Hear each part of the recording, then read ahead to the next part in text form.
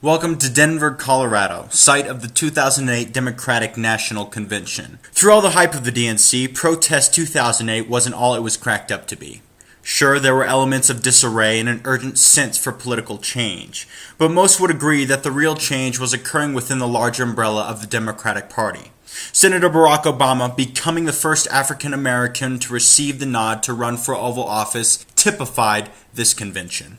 Let's take it back to the concrete streets of Denver with Glenn Spagnuolo, co-founder of the nonprofit organization Recreate 68. Glenn felt that he'd been sold out by the Democratic Party and wanted to reflect that with a message for change. Before the DNC, I walked the streets of Denver with Glenn, rolling my camera and trying not to run into passers-by, while he highlighted some of the events that would be taking place during the convention. As we walked, Glenn became more candid with the camera, and I was able to catch a glimpse at what had formed this man into an organizer. You got Democrats who aren't stopping the war, and people just don't see it, and we would joke around and say, we were talking about how back then there was so many people coming out for these events, and where's that spirit gone? And I said, we need to recreate that spirit. And then it was just kind of like, a joke at the table. We should recreate 68. And they're like, that should be the name of the group.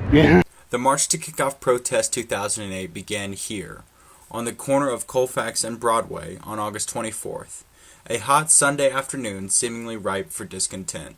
The march continued down Colfax until it reached Spear Boulevard, where protesters were directed by Denver police to continue northwest on Spear, at which point they marched down Spear Boulevard and then turned left, here on Aurora Parkway, where protesters then assembled on the east side of the Pepsi Center.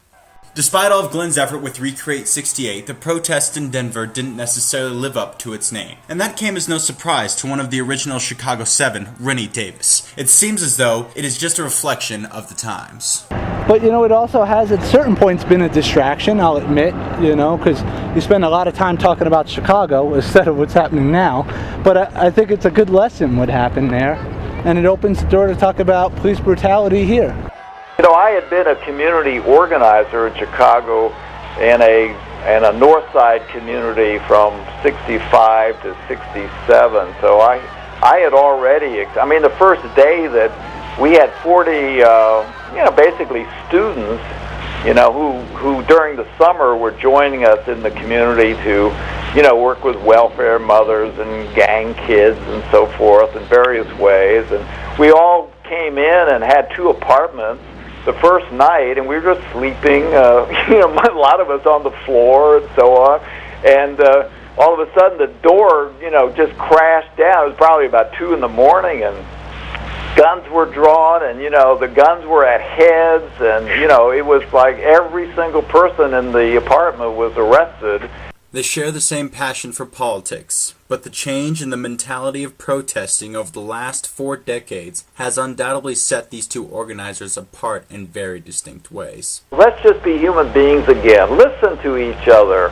And there was a little moment in American history where that really did happen. And that is the piece that I think is not quite there today. This has been a Voter Block from Trevor Martin, reporting from Colorado for Untravel Media and Street Team 08.